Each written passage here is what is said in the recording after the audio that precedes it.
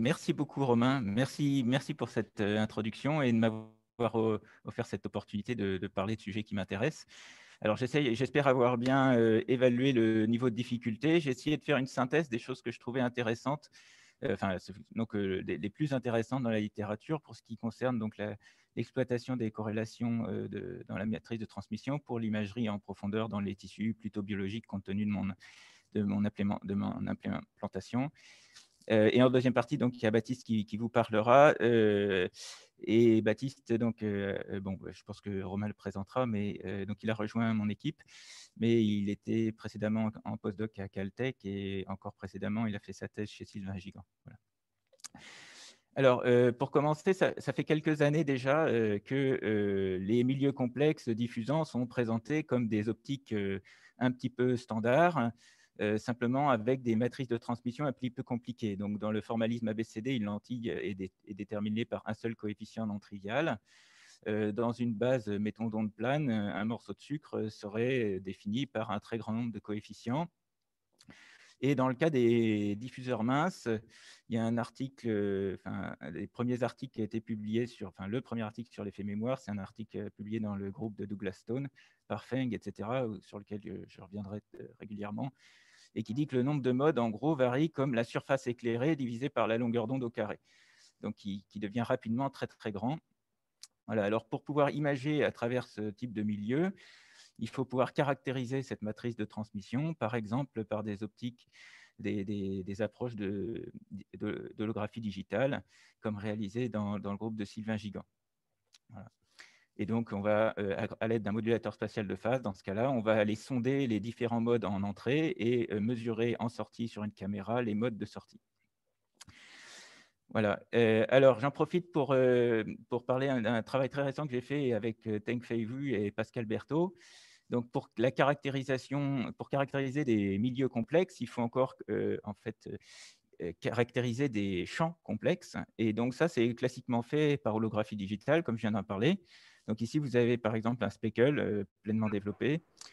Et là, vous avez la phase correspondante en intensité en phase qui peut être caractérisée donc, par holographie digitale. Mais le système est un peu compliqué. Et ce qu'on a essayé de faire, c'est de faire ça par une approche d'analyse de front d'onde. Enfin, c'est pas qu'on a essayé, on l'a fait. Et donc de type Shack-Hartmann. Alors, c'est pas exactement ça qu'on utilise. Donc, si on a une matrice de micro-lentilles, le Shack-Hartmann affiche une grille de points focalisés sur la caméra derrière. Et puis, si on a un front d'onde distordu, eh ben, le déplacement de ces petits points focalisés va renseigner sur le gradient local du front d'onde. Et donc, une étape d'intégration est nécessaire. Et de cette façon, on arrive à retrouver le front d'onde, même pour des champs complexes, la difficulté principale étant la présence de nombreux vortex optiques. Et donc, quand on fait la différence, c'est quelque chose qui marche bien. Voilà, donc c'est sur Archive. Ce n'est pas tout à fait ces résultats-là qui sont sur Archive, mais c'est un travail qui a été réalisé par Teng-Fei Wu. Voilà, donc quelle est la motivation pour aller imager dans les milieux complexes? Ben, il y a eu plusieurs articles, de nombreux articles, avec une certaine familiarité dans les titres. L'idée étant que si on considère un mur, on peut le considérer soit comme un miroir, ou bien s'il est suffisamment fin, on va pouvoir le considérer comme une lentille. Voilà, donc j'ai cité ces trois articles de Freund, du groupe d'Alan Mosk en 2012, qui a fait beaucoup de bruit et je reviendrai dessus. Et puis un article dans le groupe de Silberberg principalement aussi. J'en profite pour m'excuser à l'avance s'il y a des travaux que je n'ai pas cités dans ma présentation et je voudrais bien que vous le mettiez sur le compte de l'oubli plutôt que ma mauvaise volonté. Voilà. Et on aura les questions pour revenir si j'ai oublié quelque chose d'important. Donc voilà, je voudrais commencer avec ce travail réalisé dans le groupe d'Alan Mosk en 2012 qui a eu un très fort impact.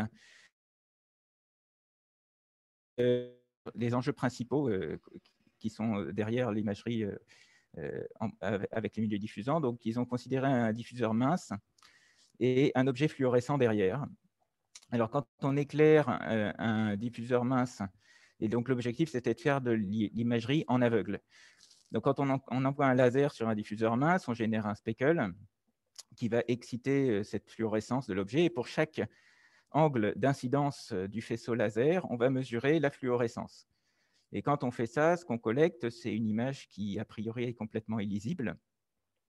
Mais à l'aide d'un algorithme de reconstruction, on arrive à retrouver l'objet fluorescent derrière.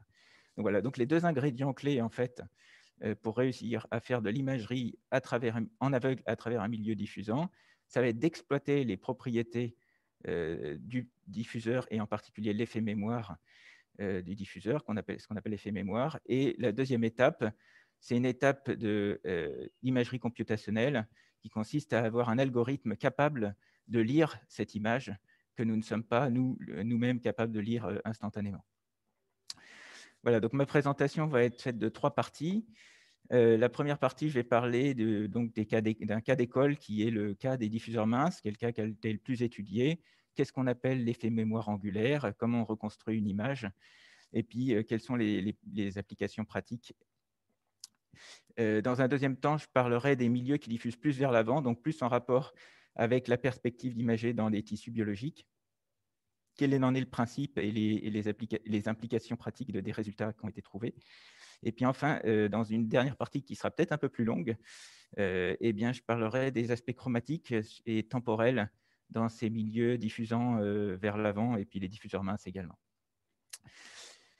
Voilà, alors je vais repartir de cet article d'Isaac Freund de 1987, donc 2 ans après la publication du principe de l'effet mémoire, où en fait, Isaac Freund donc, établit cette formule pour les diffuseurs minces, à savoir que le champ de corrélation en sortie d'un diffuseur peut être exprimé comme le champ de corrélation en entrée, convolué avec une réponse impulsionnelle qui est exactement celle d'une lentille mince. Et donc, ça veut dire que ça donne la perspective de faire avec un milieu complexe, un diffuseur mince, exactement la même chose que ce qu'on peut faire avec une lentille mince. Alors ici, ce n'est pas exactement le champ en entrée, le champ est sorti. Il considère des corrélations avec les champs de référence. Je reviendrai dessus. Alors, qu'est-ce que c'est qu'un diffuseur mince? Alors ici, vous avez un exemple d'un diffuseur mince holographique industriel qui est simplement une surface gondolée. Ce n'est même pas une surface rugueuse, c'est une surface gondolée. Et donc, si on a une onde plane qui arrive sur ce diffuseur, on a un speckle en sortie à une distance S. Et puis, le front d'onde, eh bien, on va récupérer exactement le même speckle, mais simplement translaté. Voilà. Alors ça, c'est une illustration expérimentale qu'on a réalisée avec ce diffuseur-là. Vous voyez que le speckle se déplace quand on incline le front d'onde en entrée. Le speckle se déplace absolument sans se déformer, à part à l'effet du vignettage sur les côtés. Voilà. Donc, si on calcule le produit de corrélation à mesure qu'on augmente l'angle d'incidence, on voit que la corrélation reste à 1 pour des angles même élevés. Donc, on a une corrélation parfaite du speckle avec lui-même lorsqu'on augmente l'angle d'incidence. Ça, c'est vrai pour un diffuseur parfaitement mince, surfacique, une surface gondolée. Pour un diffuseur un peu plus épais, qui est constitué de nanoparticules d'oxyde de zinc de 4 ou 11 microns, vous voyez que la corrélation, à mesure qu'on augmente l'angle, s'écroule. Et l'expression de la courbe théorique a été publiée donc en 88 dans cet article pionnier de Stone et de Feng, à savoir qu'elle est donnée par cette équation-là, donc avec un angle delta θ caractéristique qui va varier comme l'inverse de k fois l'épaisseur du milieu. Alors, comment est-ce qu'on peut formaliser les choses maintenant? Donc ça a été très bien formalisé par Benjamin Dudkiewicz en particulier. Si on a un diffuseur mince et qu'on envoie un pinceau de lumière en entrée, eh bien, ce pinceau de lumière ou un point lumineux en entrée, cette lumière va se diffuser dans l'épaisseur du diffuseur. Et en sortie, on va avoir une tache lumineuse de taille dx, d'autant plus petite que le diffuseur est fin. Donc ça peut se représenter par une matrice de transmission dans l'espace des x. Si on envoie un x donné, de l'énergie sur un x, on obtient ce vecteur colonne qui va donner une tâche en xb égale xa, avec une largeur de l'ordre de l'épaisseur du milieu. Si on fait la transformée de Fourier de cette matrice de transmission dans l'espace des x, on obtient la matrice de transmission dans l'espace des ondes planes. Et là, donc, cette matrice semble beaucoup plus complexe. En tout cas, elle est beaucoup moins parcimonieuse, avec beaucoup plus de coefficients non nuls. Mais ce qu'on voit, c'est ces petits traits en diagonale qui rendent compte du fait que si on entre avec une onde plane en entrée, donc si on prend ce vecteur colonne, on a énormément d'ondes planes en sortie. D'accord ? Et si on change l'angle de l'onde plane en entrée, donc on se déplace un petit peu sur cette matrice, eh bien on voit qu'on va retrouver exactement les mêmes ondes, mais décalées angulairement. C'est-à-dire que l'angle de sortie va suivre l'angle d'entrée sur un certain débattement angulaire. Voilà, donc ça veut dire que si on applique une rampe de phase en entrée, du coup, eh bien, on va déphaser ces différents pinceaux de lumière les uns par rapport aux autres, et ce déphasage va être transmis à travers le diffuseur mince, de sorte qu'il va être possible de déplacer un speckle derrière. Alors, ça peut se formaliser de cette manière-là. Qu'est-ce qu'il faut pour avoir un effet mémoire? Il faut que la matrice de transformation qu'on applique commute avec la matrice de transmission du milieu. Donc, il faut que le commutateur de la matrice de transformation commute avec la matrice de transmission soit nul. Alors, nul ou à peu près nul, sachant que la valeur moyenne de ce commutateur va donner l'amplitude de l'effet mémoire. Alors ça, parce que si on applique la matrice de transformation au champ incident et qu'ensuite on passe à travers le milieu, c'est pareil au fait d'appliquer la transformation après être passé par le milieu, donc finalement d'appliquer la transformation directement sur le champ de sortie. Alors de manière équivalente, si le commutateur est nul, ça veut dire que T, la matrice de transformation, doit être diagonale dans la même base que la matrice de transmission M. Et ici, dans ce cas-là, c'est une rampe de phase. Une rampe de phase dans l'espace des X, c'est diagonal.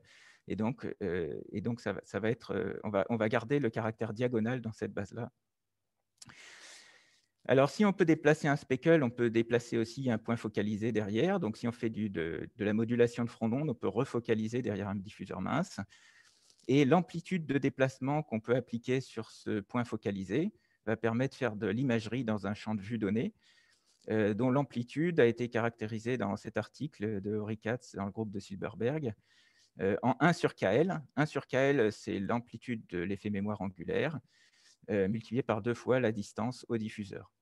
Et en Z, axialement, on va pouvoir aussi déplacer ce point d'une amplitude qui est proportionnelle à ce champ de vue, multiplié par l'inverse de l'ouverture numérique, S sur D, S étant la distance et D, la surface illuminée du diffuseur. Alors là où c'est intéressant, c'est de voir combien de modes on peut exciter dans ce volume en termes de grains de speckle, de combien de grains de speckle, à combien de grains de speckle on va avoir accès. Alors, le calcul est assez facile à partir de là. Et on voit que le nombre de grains de speckle accessibles, le volume accessible en nombre de grains de speckle, c'est D sur L au cube, avec D, le diamètre donc illuminé du diffuseur, et L, l'épaisseur.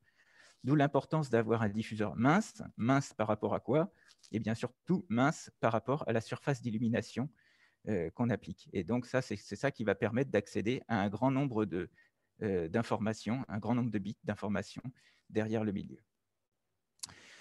Alors, comment est-ce qu'on forme une image maintenant? Comment on peut espérer former une image avec ces diffuseurs? Alors, avec une lentille mince, la formation d'une image, voilà, ça c'est du cours de L1.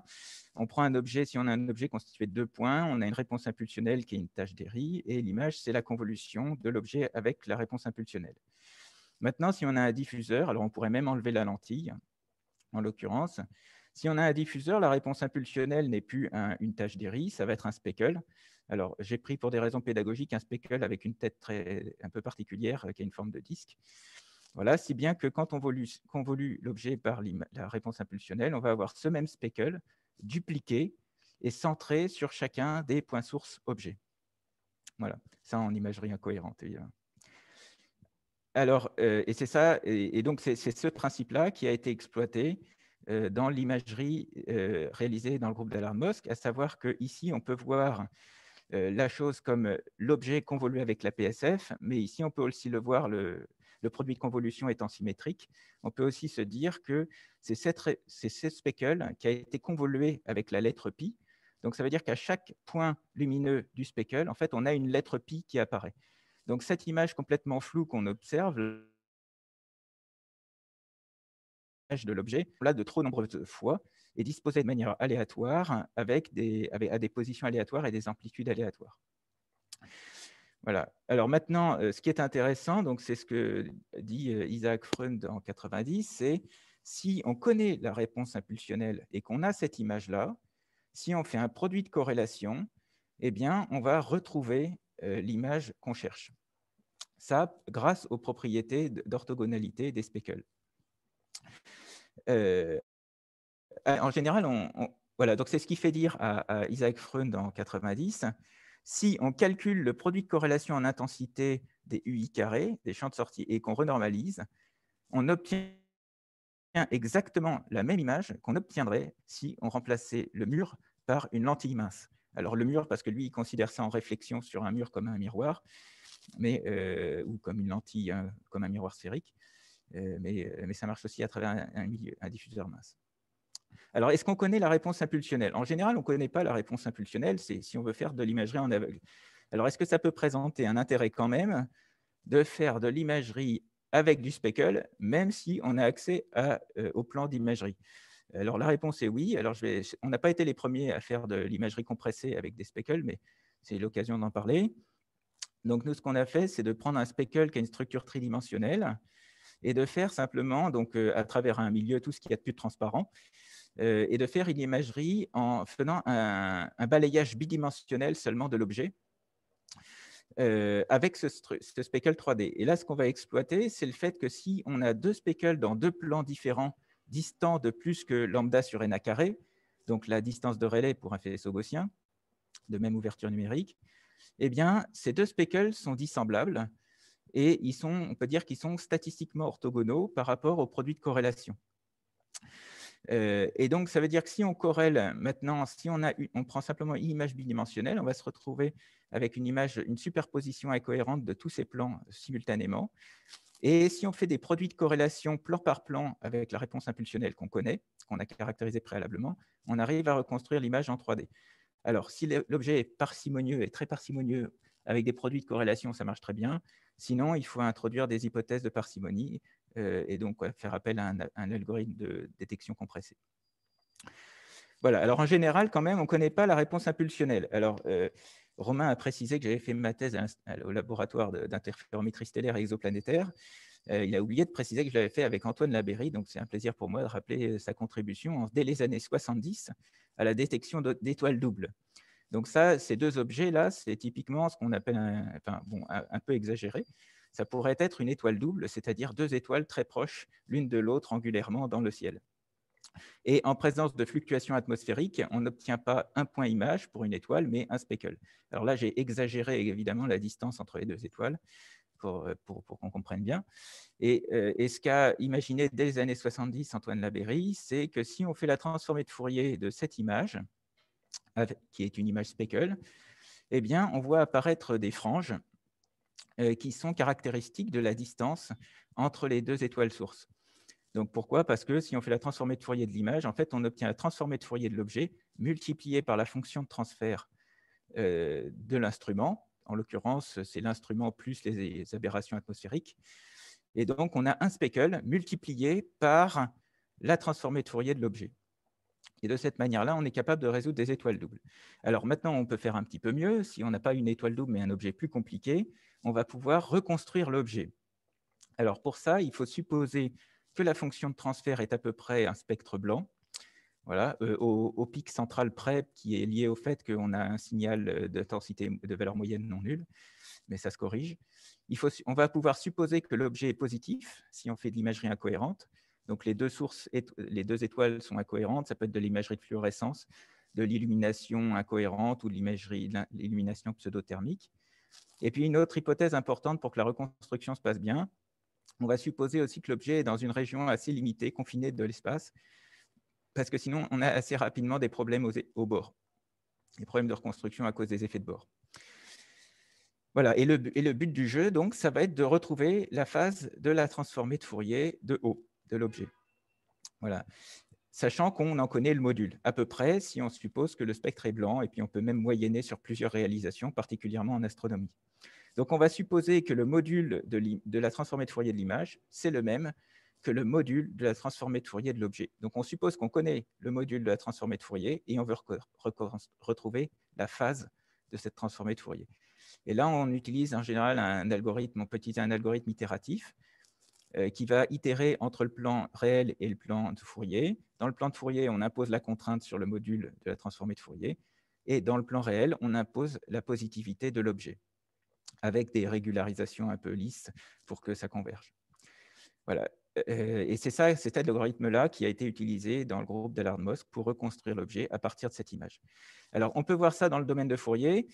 Si on fait la transformée inverse de ce spectre modulo carré, en fait, on obtient l'autocorrélation de l'objet.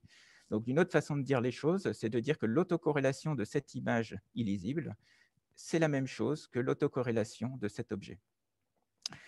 Voilà. Alors, en fait, il y a un inconvénient avec cette technique-là, c'est qu'elle introduit une ambiguïté. On perd de l'information. Imaginez, par exemple, que l'étoile de gauche soit un petit peu moins lumineuse que l'étoile de droite. Clairement, dans l'image de départ, on aura une asymétrie droite-gauche. Quand on en prend le module transformé de Fourier, de la transformée de Fourier, en fait, on a une ambiguïté. On prend le module au carré. Et donc, on a une ambiguïté entre U et moins U, la coordonnée spectrale, dans l'espace de Fourier. Et cette ambiguïté U moins U, si on remplace U par moins U, on obtient la même chose, autrement dit, eh bien, se traduit par une ambiguïté dans l'espace réel, si bien qu'il y a deux objets symétriques l'un par rapport à l'autre qui sont solutions de symétrie centrale. Autrement dit, si on a une image au départ qui est asymétrique droite-gauche parce que l'une des étoiles est moins lumineuse, si on fait l'autocorrélation, elle, sera symétrique.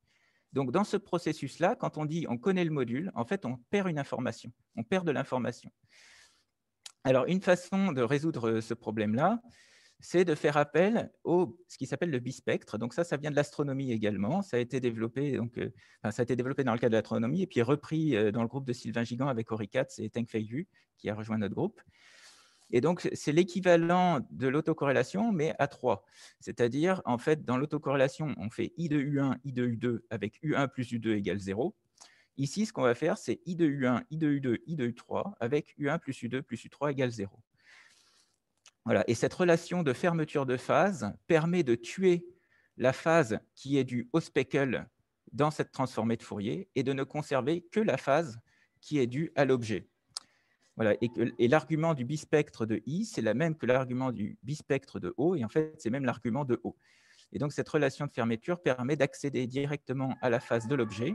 Et donc, si on connaît le module et la phase, eh bien, on peut reconstruire l'objet.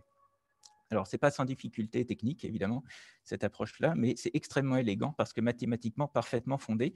Et ça résout le problème de l'ambiguïté qu'on avait avec l'algorithme de FinUp, qui souvent converge vers des minima locaux qui sont constitués en fait de superpositions de solutions symétriques. Voilà. Donc des problèmes de convergence. Alors une application que je trouve très jolie de ces diffuseurs minces et presque paradoxale, c'est qu'en fait, si on prend un faisceau de fibres, il se trouve qu'un faisceau de fibres, malgré sa longueur, c'est un objet complexe qui répond presque parfaitement aux critères des diffuseurs minces, à savoir que si on a un point, donc c'est un faisceau de fibres qui est fait pour transmettre une image qui serait collée au faisceau. Si on a un point lumineux en entrée, eh bien, on retrouve ce point lumineux centré au même endroit en sortie. Donc, on a une matrice qui est parfaitement diagonale dans l'espace des X. Et si on place un objet à distance, maintenant, ce qu'on obtiendra, c'est des speckles. Et puis, on a un commutateur qui est parfaitement nul si les fibres sont monomodes. En pratique, c'est un peu plus compliqué. Et donc, là, ce qui a été fait, c'est de prendre cette image speckle, de faire l'autocorrélation, dont vous pouvez apprécier la symétrie centrale, et puis ensuite un algorithme de reconstruction pour reconstruire l'objet. Pareil avec le chiffre 4, on voit un peu mieux la symétrie ici. Voilà. Alors ensuite, ce qui a été fait, c'est de voir dans des milieux. Alors un diffuseur mince, c'est un cas d'école. C'est le cas classique c'est le cas typique pour un faisceau de fibres. Mais l'idée ensuite, ça a été d'aller voir ce qui se passe pour des milieux un peu plus réalistes, qui seraient des milieux qui diffusent vers l'avant, comme les tissus biologiques. Donc ce qui a été fait dans le groupe de Sylvain Gigant, c'est de prendre des tranches d'échantillons biologiques, donc du blanc de poulet, et puis des tranches de cerveau de rat, et de regarder ce qui se passait dans un régime où on est bien au-delà du libre parcours moyen, c'est-à-dire que toute la lumière a été diffusée, mais bien en dessous du transport, de la longueur de transport, c'est-à-dire qu'en fait, toute l'énergie est encore conservée, va encore vers l'avant, à l'absorption près. Et donc, dans le régime de diffusion, c'est-à-dire au-delà du transport, donc quand la lumière fait des allers-retours devant, derrière, etc., eh bien, à ce moment-là, on a un effet mémoire qui a été caractérisé par Feng et Stone, qui est de l'ordre de 1 sur KL. Alors, je ne sais pas pourquoi ils ont pris 1 sur 1 cinquième ici, un facteur près. Et là, ce qu'ils ont mesuré dans des tranches de tissu biologique, c'est des valeurs beaucoup plus grandes que ce qui serait attendu dans le cadre de ce modèle, c'est-à-dire un facteur 30 dans le cas du blanc de poulet, un facteur 2, ici c'est à peu près un peu plus que 2, c'est 2 et 3, entre 2 et 3. Et ça, donc ils ont caractérisé une longueur effective, une épaisseur effective du milieu en s'appuyant sur cette formule-là. Et donc, avec des épaisseurs, si on a une tranche d'1 millimètre, eh ben, c'est comme si elle faisait en fait que 31 microns, parce qu'en fait, on a un effet mémoire angulaire qui est très important, beaucoup plus important que… Alors, la raison à ça, c'est qu'on n'est pas dans le régime de diffusion dans lequel s'était placé Feng et Stone. On est dans un régime intermédiaire, justement, où on n'est pas totalement désordonné. Et donc, nous avons modélisé ça dans un article assez récent. En fait, on a repris des calculs analytiques et on a établi qu'en fait, cette longueur effective, le rapport entre l'épaisseur réelle et l'épaisseur effective, ça variait comme le L étoile, donc la longueur de transport, divisé par L. Et dans le cas où L étoile est plus grand que L, eh bien, on a un petit facteur, alors on peut gagner jusqu'à un facteur 30, ça pour des milieux qui diffusent vraiment beaucoup vers l'avant. Voilà. Et puis, on a caractérisé ça numériquement aussi. Numériquement, donc vous voyez le modèle, donc c'est un modèle gaussien, et donc la courbe en bleu pâle, et puis les relevés numériques avec des petites croix. Voilà. Alors, est-ce qu'on peut extrapoler ce modèle des diffuseurs minces au milieu qui diffuse vers l'avant, c'est-à-dire dont l'énergie va être principalement transmise? Alors, en fait, le parallélisme a été fait par Benjamin Jutkewitz. Et en fait, si on a un diffuseur vers l'avant, qu'on éclaire en onde plane, et ce qu'on va retrouver en sortie, c'est à peu près une onde plane avec un léger étalement angulaire. Donc, ce n'est plus une onde plane, mais c'est une combinaison d'ondes planes avec un étalement angulaire limité. Si bien que la matrice de transmission dans l'espace des ondes planes, si on regarde ce vecteur colonne, on en voit une onde plane, et ce qu'on voit, c'est à peu près un étalement angulaire limité avec un angle d'k. Et puis, de manière analogue à ce qu'on a vu tout à l'heure, si on fait la transformée de Fourier maintenant, ça veut dire que si on prend une position xa et qu'on se déplace légèrement, eh bien, on va retrouver en xb légèrement décalé le même speckle derrière. Alors, xa, xb, ça veut dire qu'on n'est pas tout à fait avec des ondes planes, on a une pupille, un support de pupille qui est limité. D'accord. Et c'est simplement donc, en translatant le faisceau incident, eh bien, on va translater également le speckle en sortie. Donc, ce n'est plus un effet mémoire angulaire, c'est plus un effet mémoire translationnel. Et dans ce cas, la matrice de transformation qu'on considère, c'est une matrice diagonale dans l'espace des K, c'est-à-dire que c'est Ka fois un scalaire delta X, où delta X, à ce moment-là, représente le déplacement appliqué au faisceau incident. Donc, l'expérience a été réalisée ensuite. Ils ont réalisé l'expérience. Donc, ils ont fait de la modulation de front d'onde pour refocaliser derrière le tissu. Et en translatant ce front d'onde modulé, ils ont pu translater le point refocalisé derrière le milieu, alors évidemment avec une légère perte d'intensité, et une matrice de corrélation, là vous voyez en XX, qui est parfaitement diagonale, et a posteriori, donc, ils pouvaient justifier ce qui était fait en optique adaptative, où l'optique adaptative est faite, la modulation de front d'onde est faite dans un plan de Fourier, et pour balayer le faisceau dans l'échantillon, on applique des rampes de phase dans le plan de Fourier, ce qui correspond en fait à translater effectivement le pattern, le front d'onde modulé, au niveau de la phase d'entrée de l'échantillon biologique. Même si on n'est pas exactement dans le plan de Fourier, la phase d'entrée du tissu est jamais très éloignée du point focal. Voilà. Alors ensuite, ça a été généralisé dans le groupe de Velkop, d'Ivo Velkop, donc en développant les équations de transport, exploitant les équations de transport radiatif dans ces milieux-là. Ils ont établi en fait que pour optimiser le déplacement, le balayage d'un point lumineux dans un tissu qui diffusait vers l'avant, en fait, il fallait faire une combinaison d'inclinaison et de translation. Et la fonction de corrélation qu'ils ont obtenue est celle-ci. Vous voyez donc que l'exponentielle, donc c'est une gaussienne, c'est gaussien en vecteur d'onde et en déplacement. Et en fait, la corrélation est maximum lorsque cette parabole, donc c'est parabolique aussi en vecteur d'onde et en déplacement, et lorsque cette parabole atteint son minimum. Et cette parabole atteint son minimum lorsque delta Ka, donc le vecteur d'onde d'entrée, satisfait cette relation-là par rapport au déplacement RB. Et donc, en fait, ça veut dire plus simplement que le centre de rotation en fait, du faisceau doit être à 1/3 de l'épaisseur du milieu diffusant. Voilà. Dans ce cas-là, on arrive à gagner par rapport au cas où on ne fait que translater le faisceau, on gagne un facteur 2. Et par rapport au cas où on fait une inclinaison du faisceau, eh bien, on gagne un facteur racine de 3, quelque chose comme ça, racine de 4 sur 3 ou quelque chose comme ça. Donc, pour moduler le front d'onde, la conclusion, c'est que pour moduler le front d'onde, il faut mettre le modulateur spatial de phase, il faut le conjuguer avec un plan virtuel qui se trouve à 1/3 de l'épaisseur de l'échantillon. Alors, j'en arrive maintenant aux aspects temporels. Alors, parce que jusqu'à présent, on a vu que les aspects spatiaux. Donc maintenant, qu'est-ce qui se passe si on focalise à travers un milieu diffusant mince un faisceau large bande? Alors, à ce moment-là, ce qui se passe, donc dans le plan de Fourier, enfin, c'est-à-dire loin du diffuseur, on a quelque chose qui ressemble à de la diffraction de Fraunhofer. Et en diffraction de Fraunhofer, on sait que la lumière diffractée a un facteur d'échelle qui est lambda. Donc, ça veut dire qu'on va avoir à peu près le même speckle couleur, mais simplement, on va avoir une dilatation proportionnelle à lambda au niveau du plan de Fourier. Donc, c'est ce qui donne cet effet magnifique. Et alors, de manière moins évidente, par contre, c'est qu'au niveau du point focal, géométrique aussi, on va avoir une impulsion qui est la plus courte, et même qui est parfaitement courte si on a un faisceau impulsionnel en entrée. Alors, pourquoi ça? Parce que ça se comprend géométriquement aussi. Si on focalise de la lumière à travers un milieu diffusant, donc sans modulation de front d'onde, même si on ne fait pas de modulation, eh bien, les chemins optiques entre ce front d'onde sphérique et le point focal géométrique sont inchangés par le diffuseur mince.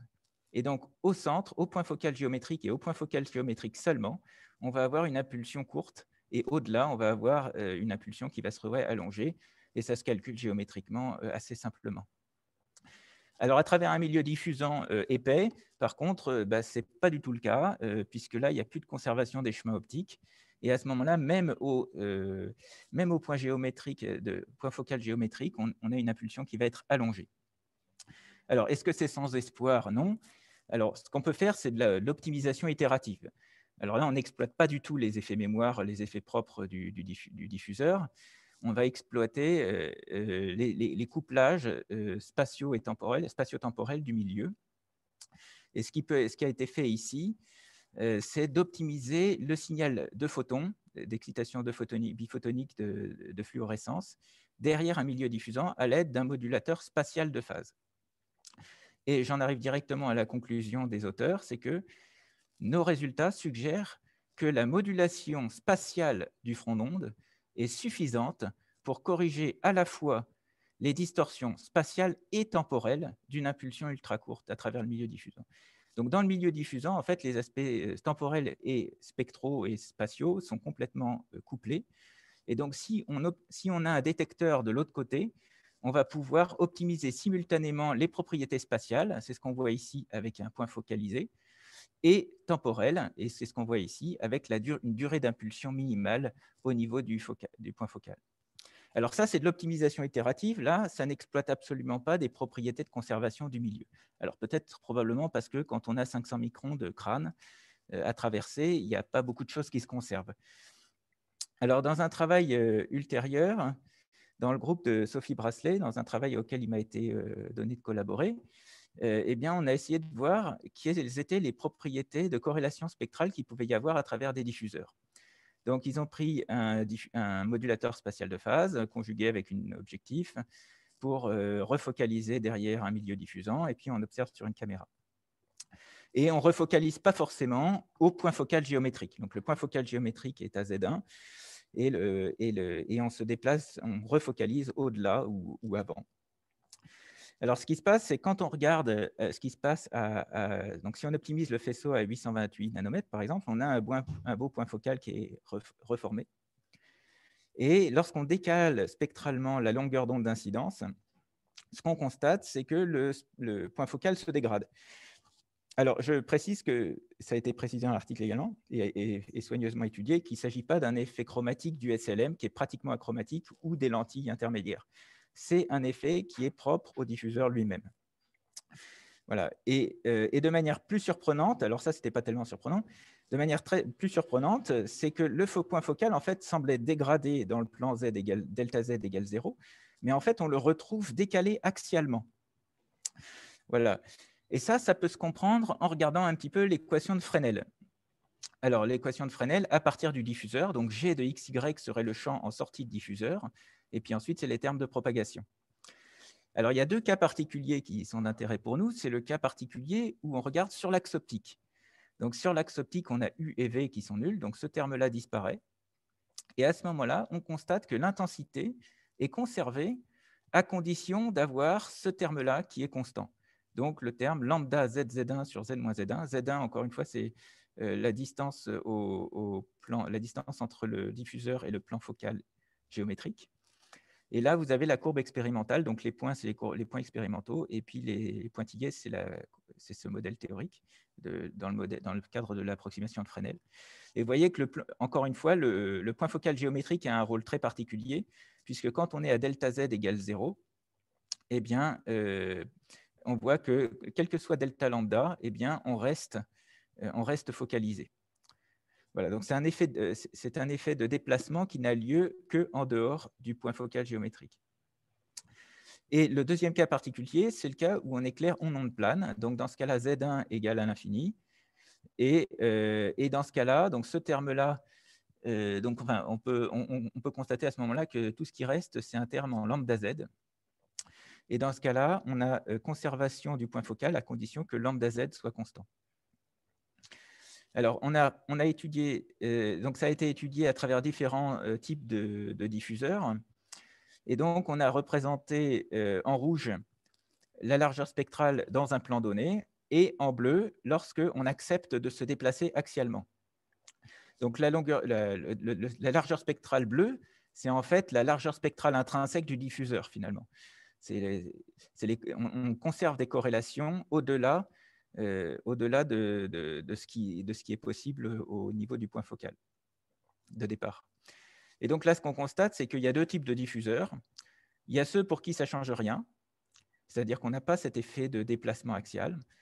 Et puis, il y a ceux pour lesquels, donc le diffuseur 2D, c'est le diffuseur que je vous ai montré tout à l'heure, c'est un diffuseur surfacique, une surface gondolée, et puis une tranche de cerveau d'1 millimètre qui commence à faire un peu épais pour un milieu biologique.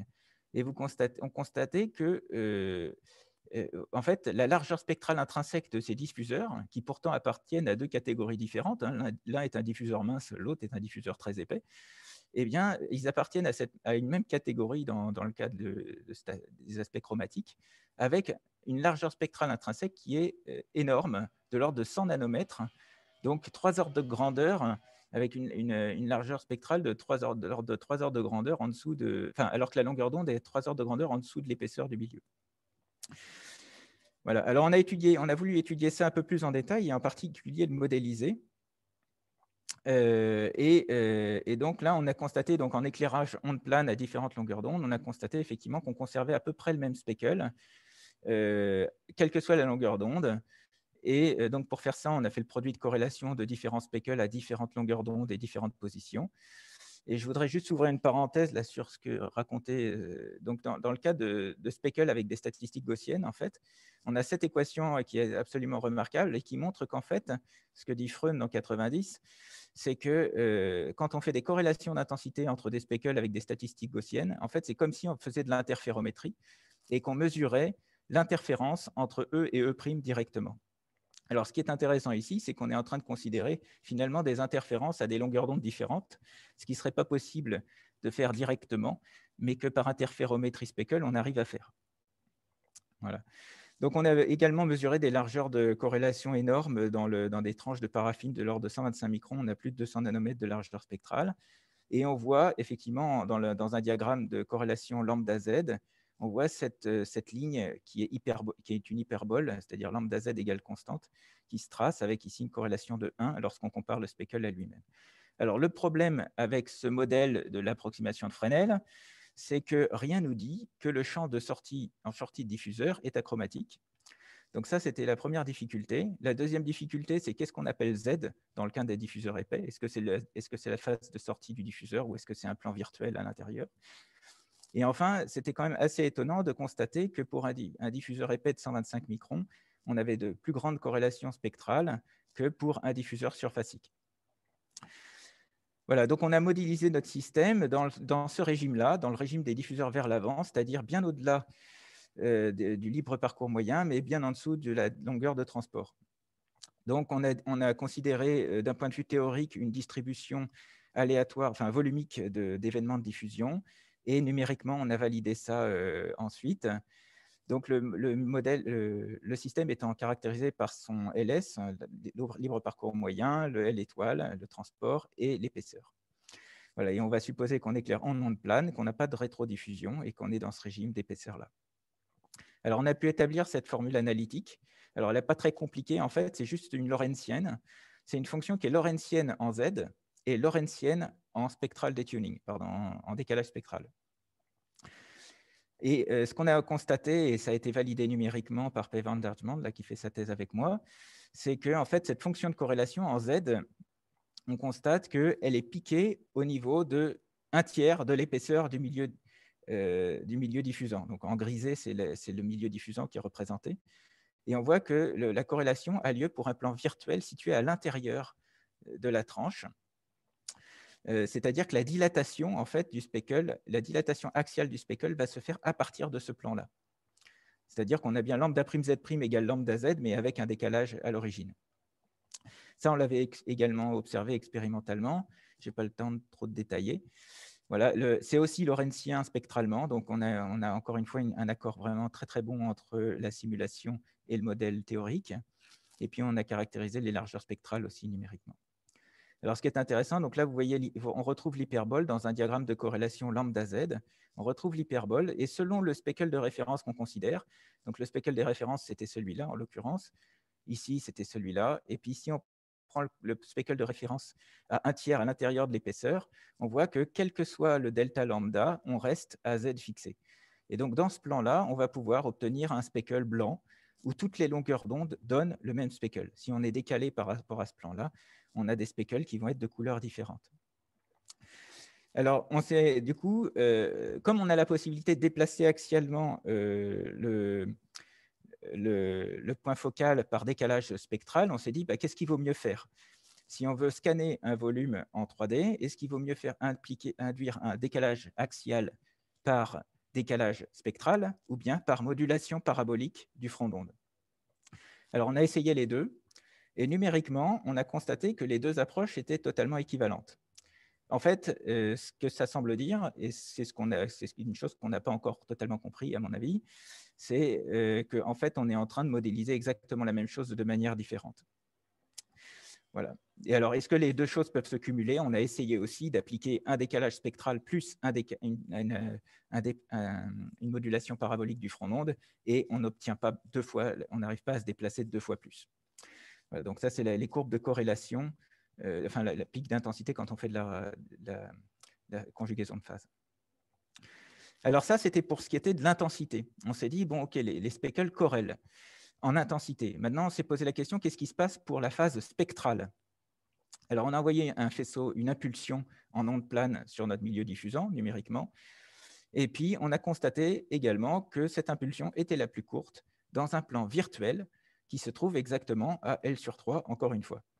Donc, on a même modélisé analytiquement comment cet élargissement spectral se faisait en fonction du L étoile et de l'épaisseur.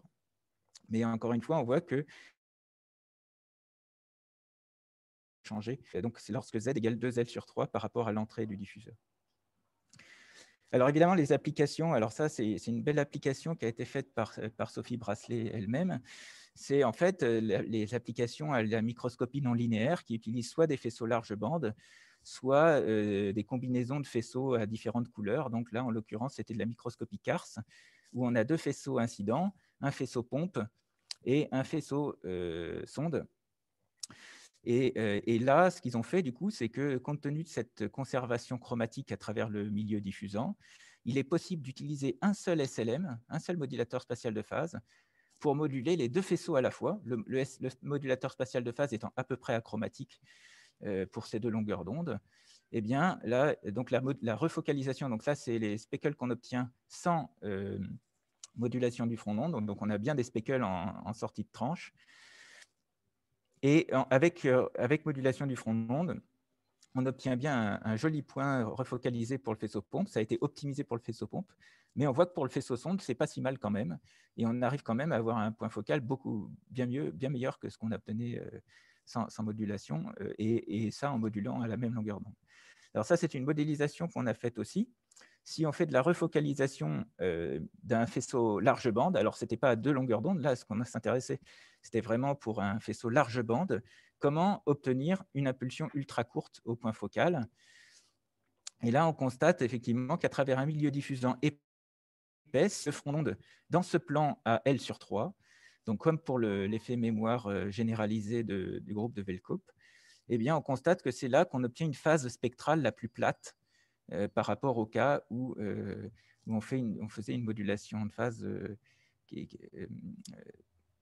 ne serait pas achromatique. Voilà, donc pour résumer, donc les choses qui me semblaient très intéressantes dans ces approches-là, c'est qu'en fait, quand on fait des corrélations d'intensité de speckle, en fait, ça revient à faire de l'interférométrie, d'où le terme interférométrie speckle qui a été imaginé par Antoine Labeyrie, parce qu'on arrive à faire des interférences de cette manière-là, si les speckles ont des statistiques gaussiennes. La deuxième chose, c'est que pour avoir un effet mémoire, il faut que dans la base dans laquelle la matrice de transmission est diagonale, on applique les transformations dans cette même base dans laquelle la matrice de transformation est diagonale.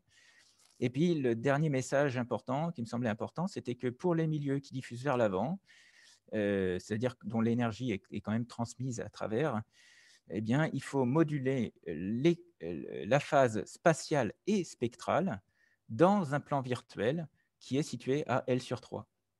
Donc, pour ce qui est de la phase spatiale, donc ça revient à pivoter le front d'onde au niveau de cette épaisseur à L sur 3. En intensité, c'est là qu'on obtient un speckle qui est achromatique. Et en phase spectrale, c'est aussi là qu'il faut moduler la phase pour conserver des propriétés de phase spectrale et donc des faisceaux ultra courts en sortie de milieu. Voilà, et je vous remercie pour votre attention.